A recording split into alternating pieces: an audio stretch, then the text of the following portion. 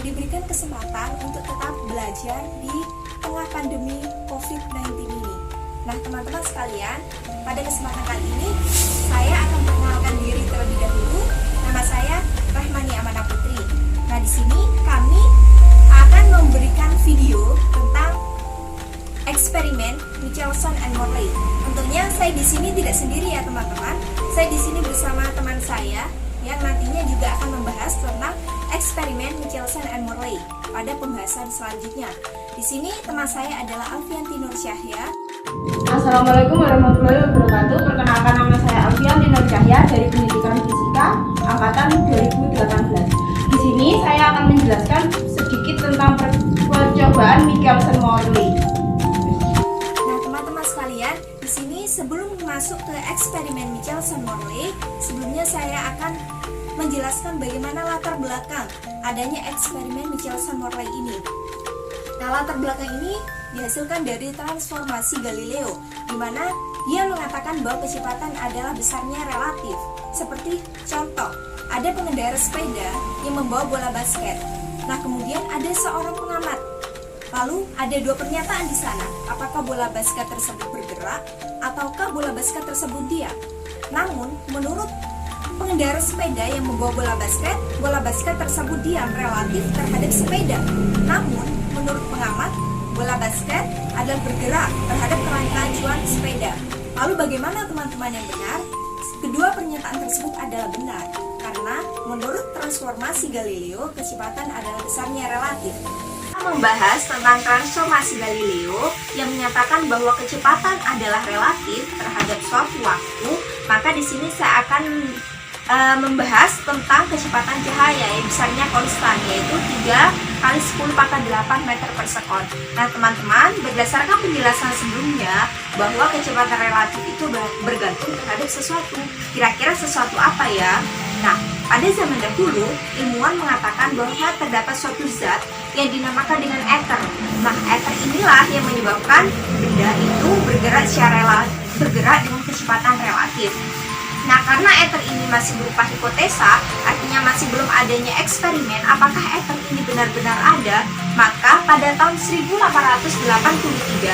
Michelson and Morley mengadakan sebuah eksperimen yang menggunakan interferometer, di mana Morley melakukan sebuah eksperimen menggunakan interferometer. Nah, eksperimen ini dilakukan untuk membuktikan adanya ether. Nah, berarti tujuan dari percobaan atau eksperimen dari Michelson and Morley adalah membuktikan apakah ether itu benar-benar ada atau tidak.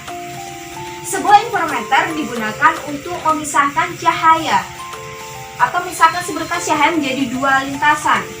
Oleh karena cahaya merupakan sebuah gelombang, perpaduan dua berkas dengan beda lintasan akan memberikan fenomena interferensi, di mana Anda bisa lihat di fringe interferensi. Di sini ada pola garis gelap terang.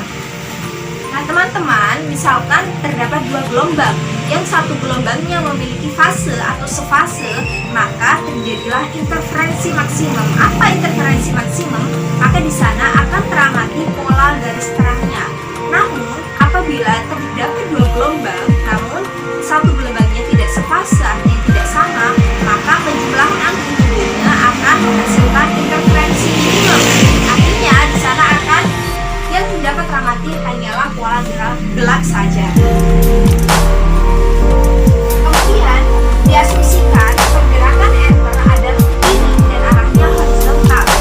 Maka saat cahaya dimatikan akan ada perbedaan arah antara ether dan cahaya. Hal tersebut menyebabkan perbedaan waktu dan interferensi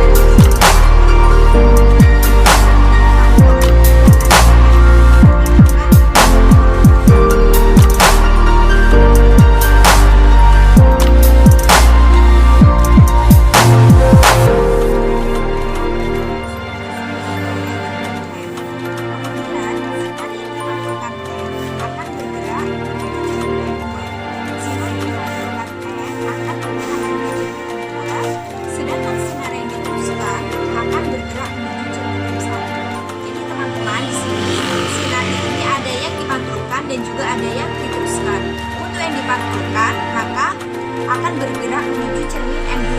Sedangkan yang diteruskan akan bergerak menuju cermin M1 di sini. Kemudian selanjutnya, setelah dipantulkan oleh cermin M2, sinar 2 akan diteruskan M ke pengamat. Demikian juga sinar 1 setelah dipantulkan, cermin M1 akan mengenai cermin M dan dipantulkan ke pengamat. Selanjutnya, di tempat pengamat sinar 1 dan 2 akan mengalami interferensi. Apabila kita misalkan ether bergerak dari kanan ke kiri dengan kelanjuran V, kecepatan sinar 1 dari M1 dapat diketahui C dikurangi V. Untuk kecepatan dari M1 menuju M adalah C ditambah V. Jika panjang lintasan yang ditempuh sinar 1 dari M ke M1 adalah L1, dari sini dari M ke M1 adalah L1, maka waktu dari M ke M1 lalu kembali ke M adalah berarti dari M ke M1 kemudian kembali lagi ke M, maka dihasilkan T1 adalah L1 dibagi C dikurangi V ditambah L1 dibagi C plus V sama dengan L1 dikalikan C ditambah V dibagi C kuadrat dikurangi V kuadrat.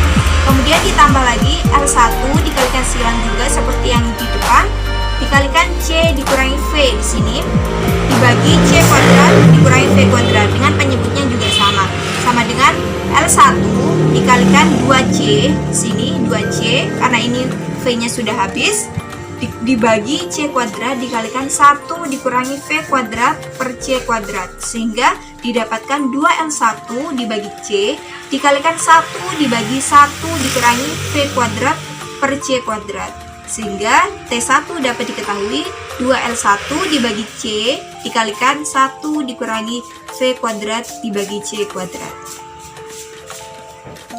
Upaya Michelson pertama kali pada tahun 1881 menggunakan data sebagai berikut. Panjang pertama sama dengan panjang kedua sama dengan 1,2 meter dengan panjang gelombang 590 nanometer atau setara dengan 5,5 kali 10 pangkat 7 meter. V kuadrat per C kuadrat sama dengan 30 per 300.000 kuadrat sama dengan 10 pangkat min 8.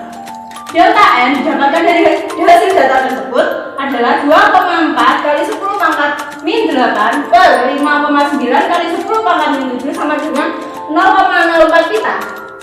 Berdasarkan percobaan pertama, didapatkan tidak ada pergeseran pita sebagai bukti bahwa bumi tidak bergerak relatif terhadap ether. Pada tahun 1887, Michelson mengulangi percobaan dengan meningkatkan panjang lintasan.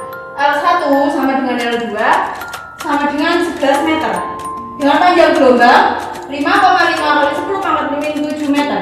V kuadrat per C kuadrat sama dengan 30 per 300.000 kuadrat sama dengan 10 pangkat min 8. Delta N sama dengan 22 kali 10 pangkat min 8 per 5,5 kali 10 pangkat min 7 sama dengan 0,4 pita.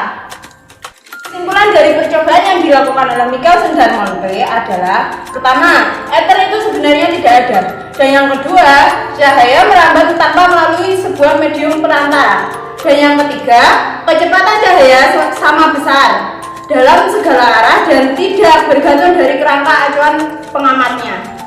Setelah tadi pembahasan saja, sekarang kita akan mengerjakan contoh soal-soal ya. Kita contoh satu soal saja. Nah, di sini menyebutkan percobaan Michelson-Morley menggunakan sebuah interferometer dengan lengan-lengan sepanjang 11 meter dan cahaya sodium dengan panjang gelombang 5.900 angstrom. Percobaan tersebut akan menyingkap perubahan sebanyak 0,005 pinggiran. Berapakah batas teratas yang dapat dihasilkan oleh kenihilan yang menempatkan kecepatan bumi di ether? Nah, di sini berarti kita mencari delta N-nya. Bagaimana cara menyelesaikannya?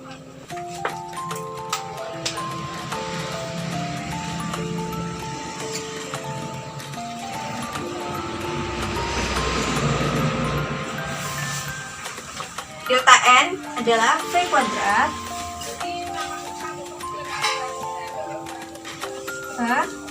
lambda atau dilambangkan dengan panjang gelombang kali C kuadrat. Kemudian kita masukkan LA plus LB sama 2L. Kenapa 2L? Karena NA plus LB kita asumsikan sama-sama besarnya sebesar L. Kemudian kali V kuadrat. Ini ya V kuadrat dari sini. Kemudian per kita masukkan lagi lambda kali C kuadrat. Sehingga dihasilkan delta N tadi sudah diketahui adalah 0,005. Kemudian kita masukkan lagi 2, kita masukkan ini angka 2. Kemudian L-nya itu sepanjang 11 meter. 11 meter V kuadrat.